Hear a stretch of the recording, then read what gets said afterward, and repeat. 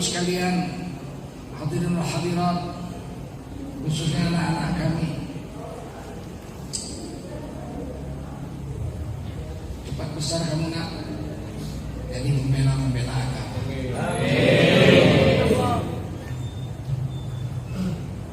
Wajiblah kita bersyukur pada Allah SWT. Salawat dan salam kita sampaikan untuk baginda Rasulullah SAW.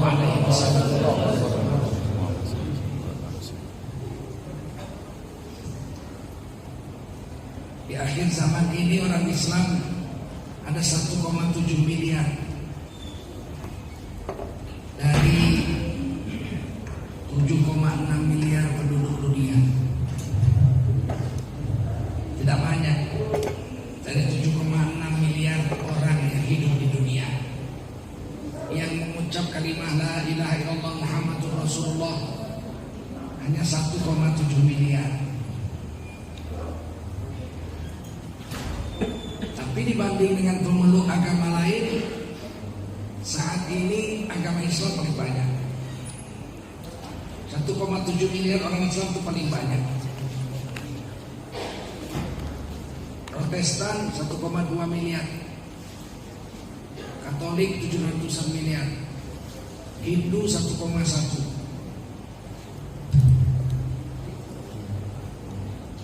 Komunis paling banyak.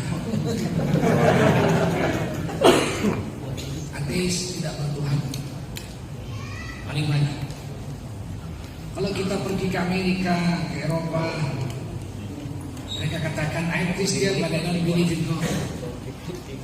Saya Kristen tapi saya tidak percaya Tuhan. Dia agama Kristen tapi tidak percaya Tuhan. Kenapa? Saya bilang kenapa kamu beragama Kristen? Ini untuk tradisi. Kami tidak punya waktu untuk berkumpul melainkan waktu hari Natal itulah. Makanya mereka itu kalau sudah dekat Natal libur, mereka itu happy holidays. Bukan selamat Natal kayak di sini selamat Natal sampai kiai pun bilang selamat Natal. Oke, sana happy holidays, selamat berlibur. Karena itu 25 Desember itu hari libur dunia Kristen di Eropa dan Amerika. Sanalah mereka kumpul pulang kampung, ketemu saudara, potong ayam kalkun, dipanggang ayam kalkun yang besar itu makan-makan. Tradisi. Bukan karena mereka percaya kepada Tuhan. Mereka ateis. Percaya kepada agamanya itu cuma untuk tradisi. Tapi mereka ateis, tidak percaya Tuhan. Ada satu jenis lagi agnostik. Agnostik itu percaya kepada Tuhan, tapi tak percaya sama agama. Ini ada juga gila juga. Percaya kepada Tuhan. There is one invisible hand behind the universe.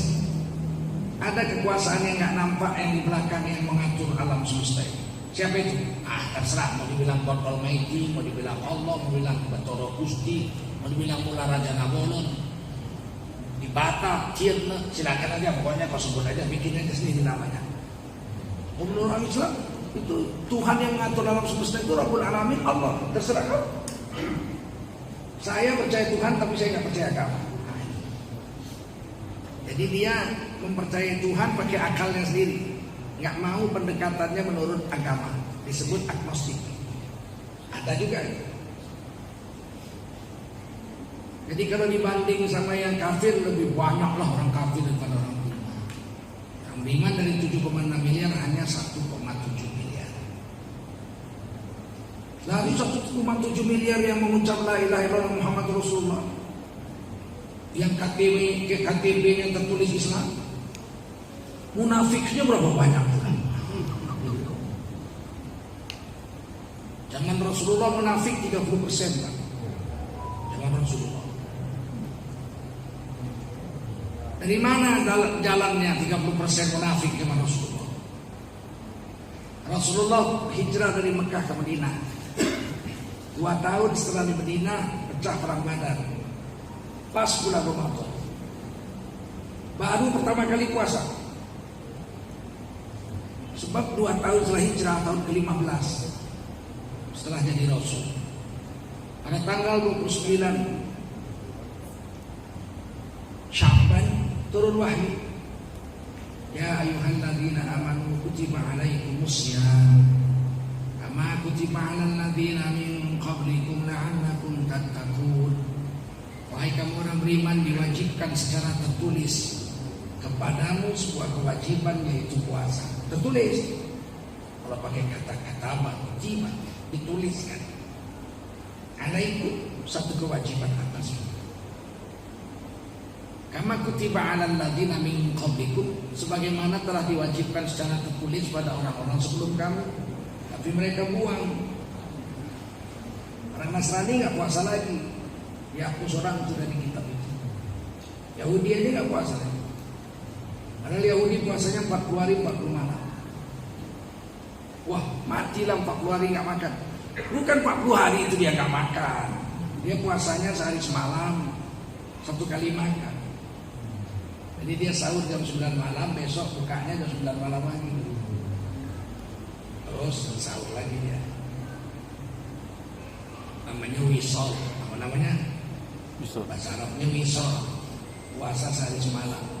Nah, Rasulullah SAW ada wisol. Baginda Rasul kita melarang orang Islam puasa wisol. Tidak boleh. Kalau Yahudi wisol, sehari semalam, sahurnya jam 9, nanti bukanya 9, sahurnya 9 malam, buka 9 malam, selama 40 hari. Kalau kita tidak boleh, kita itu minal fajri thumma atimmu siyama ilal lail. Puasanya mulai fajar dan sempurnakan ketika menyentuh bibir malam. Dan nggak sampai malam. Yang sampai malam puasa itu Yahudi. Siapa lagi yang puasa sampai malam? Syiah. Syiah itu. Kalau maghrib nggak buka puasa ya. Duduk makanan udah dihidang buah-buah itu. Duduk udah maghrib, nggak sholat maghrib juga, nggak buka puasa, nggak sholat maghrib, duduk. Nanti waktu sudah terbit bintang-bintang, mereka azan isya, barulah mereka buka. Persis Yahudi lah. Dan setelah makan isya, baru dia sholat maghrib dijamak dengan isya. Itu Syiah. Nggak ada azan maghrib di Syiah, nggak ada. Azan isya enak, tapi sholatnya ada maghrib isya. Azan asar nggak ada orang Syiah itu. Azannya zuhur digabung dengan asar. Jadi orang Syiah itu sholatnya 3 waktu. Berapa waktu? 3 waktu.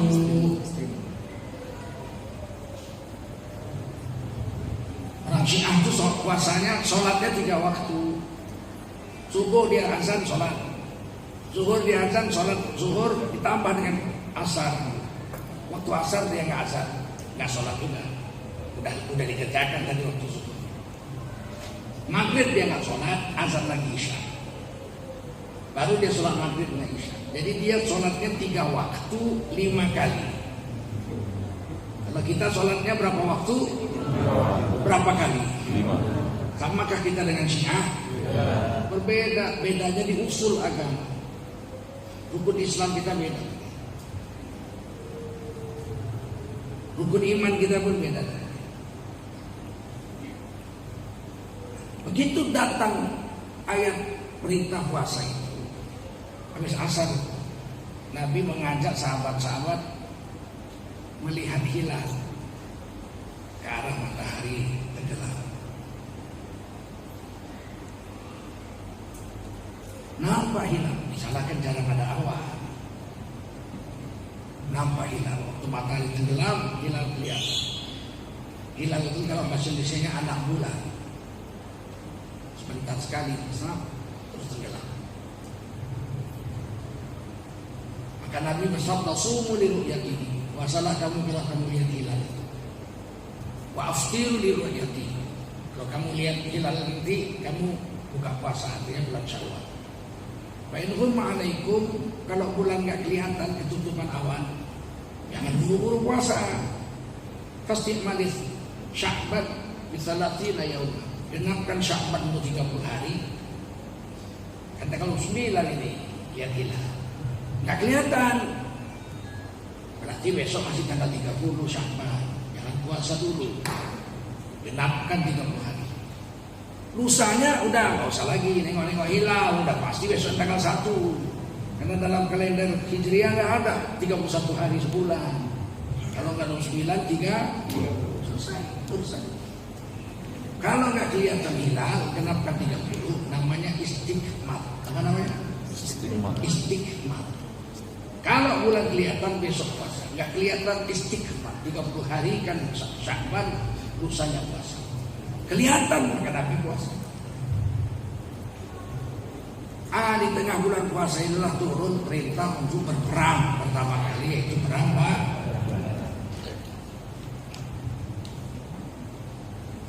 Kita menang 313 kita lawan 1000. Di mana kita cegat? Di sumur Badar, kira-kira 120 km dari kota Madinah. Bulan puasa itu sedang panas-panasnya. Pernah di sana, saking panasnya, mobil-mobil yang diparkir itu cair semua plastiknya. Lampu-lampu, bukan lampunya aja, bumper-bumpernya itu cair itu. Apa namanya? Fiberglass nih. Bumpernya itu brondol itu. Mobil-mobil itu jelek, kan main lah, hilang semua lampunya, nggak ada. Bumper depan, bumper belakangnya itu cair saking panas. Har, betul-betul panas. Pada saat itu pula sedang puasa begitu suruh perang. Kendaraan kita cuma 70 ekor unta tambah 2 ekor kuda. Catat dalam perangan Badar. 70 unta, 2 ekor kuda. Pasukannya 313. Cuma Rasulullah adalah yang sendirian yang unta, ada yang tadi. Yang lain 1 unta kongsi 8. Nggak cukup. Dari kongsi 6. Bukan 6 naik unta tuh jatuh lautan. Kebenam lah kakinya di pasir. 1 orang naik, 5 orang jalan. Sekian kilometer, 1 orang yang naik itu turun, naik yang terakhir. Terus 120 km itu 1 kendaraan kongsi-kongsi. Berat nah, Islam ini berat nah. Kau pikir ngerokok masuk surga kau?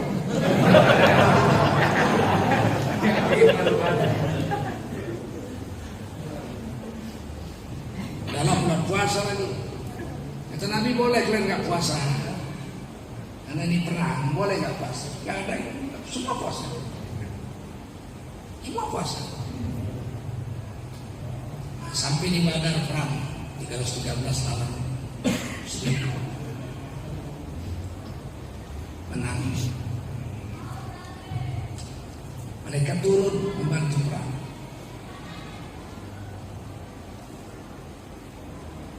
Quraisy terbunuh tokoh-tokoh. Rabi'ah, Syaibah mati. Duel sama Sayyidina Ali, duel kalah mati. Duel sama Sayyidina Hamzah kalah juga mati. Anak beranak. Itu makanya Hindun dendamnya bukan main sama Sayyidina Hamzah, karena Sayyidina Hamzah duel sama bapak Hindun. Rabi'ah menang, mati. Rabi'ah terpancung.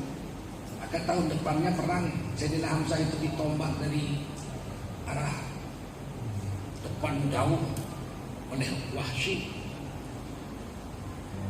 Dibelah dadanya sama Hindun, dicabut paru apa jantungnya dengan hatinya digigit oleh Hindun. Perempuan ini kalau udah dendam,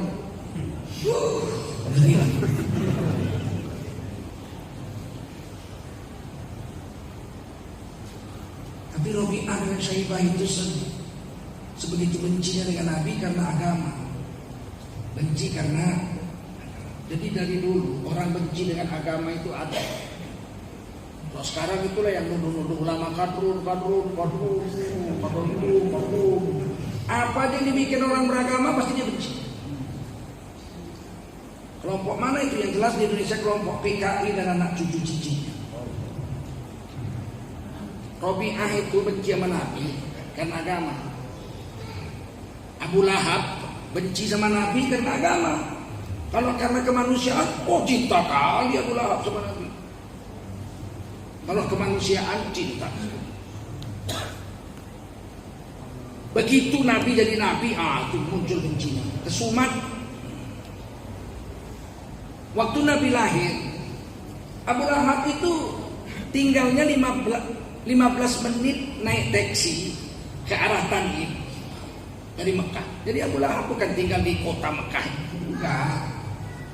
Sekarang jadi kota Mekah, dulu tidak lah. Kota Mekah kan dulu rapat-rapat rumah. Abu Lahab enggak situ tinggal. Kalau kita naik taksi ke arah Tanim, di tengah-tengah perjalanan antara Mekah dengan Tanim, di tengah-tengah itu ada satu kampung namanya Kampung Abu Lahab. Ada gunung Abu Lahab, Jabal Abu Lahab. Waktu saya tinggal sana kan, saya ke sana.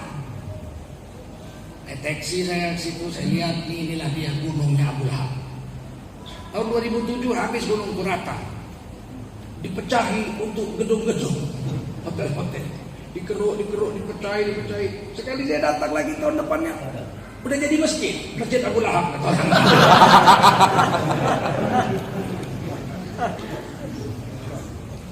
Tapi saya memang rajin melihat, karena saya kalau umroh bisa sebulan, kan 9 hari, 14 hari. Dan 1 bulan 2 itu saya sebulan di sana. Cuci, turun mesin, banyak kali dari pakai kan, kotor, cuci, khatam Quran di sana, nangis. Nabi lahir di Mekah, Ka'bah. Abu Lahab di kampung Abu Lahab.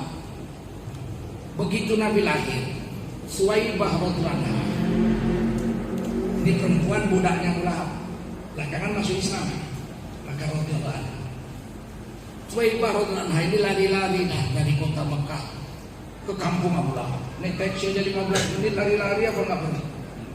Berkeringat lah kalau kita ya. Sekarang mungkin saya nggak mampu lagi. Kalau dulu mungkin masih mampu lari. Sampai di kampung dengan terengah-engah dia bilang, Abu Lahab, tuanku Abu Lahab. Telah lahir anak saudaramu dan diberi nama oleh sang kakek Abdul Muthalib, namanya Muhammad. Gembiranya Abu Lahab, ya Allah. Apa kata? Suwaibah, hari ini kau bertuah betul. Kau telah menggembirakan hatiku dengan kegembiraan yang besar. Maka detik ini juga kau merdekakan dari budak. Gratis nggak usah bayar, luar biasa. Kalau cinta Nabi dengan Abu Lahab jangan tanya. Abu Lahab mencintai Rasul. Bebas budak, nggak usah bayar, gratis, bebas, merdeka. Kenapa? Karena telah memberi kabar gembira kepada Abu Lahab, lahirnya anak Sayyid Abdullah, cucu daripada Sayyid Abdul Muthalib.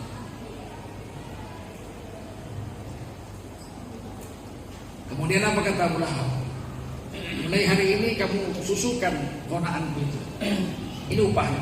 Diupah langsung. Jadi ibu susu Nabi itu Suwaibah radhiyallahu anha yang pertama. Ibu susu Nabi ada 2. Yang pertama adalah Suwaibah radhiyallahu anha. Balik lagi Suwaibah mensusukan. Sampailah beberapa hari kemudian datanglah wanita-wanita dari pegunungan Bani Sa'ad. Biasa itu kalau musim paceklik mereka datang. Rabiul Awal itu musim paceklik. Musim panen itu Juli ya kalau ya. Hampir Ramadan. Itu Ramadan itu musim panen kurma, musim panas kan. Kurma itu musim panas baru dia panen. Rabiul Awal belum musim panas, musim dingin. Gak ada buah. Datanglah satu perempuan namanya Halimah Sa'diyah dengan suaminya Abu Zaid, miskin, untanya cuma satu, kurus lagi. Miskin. Hartanya cuma kambing pula seekor, kurus lagi.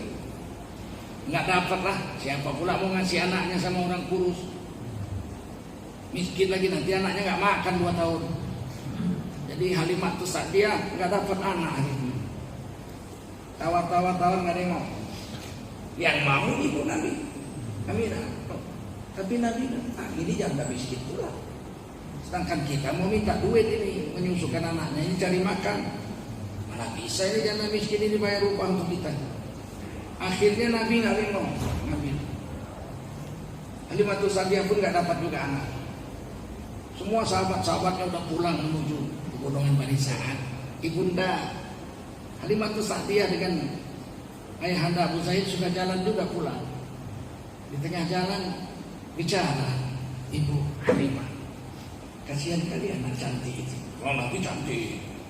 Wah, Nabi ganteng lah sejagat raya ini. Kasihan kali itu anak. Aku tengok tadi wajahnya, melas sekali hatiku. Balik yuk.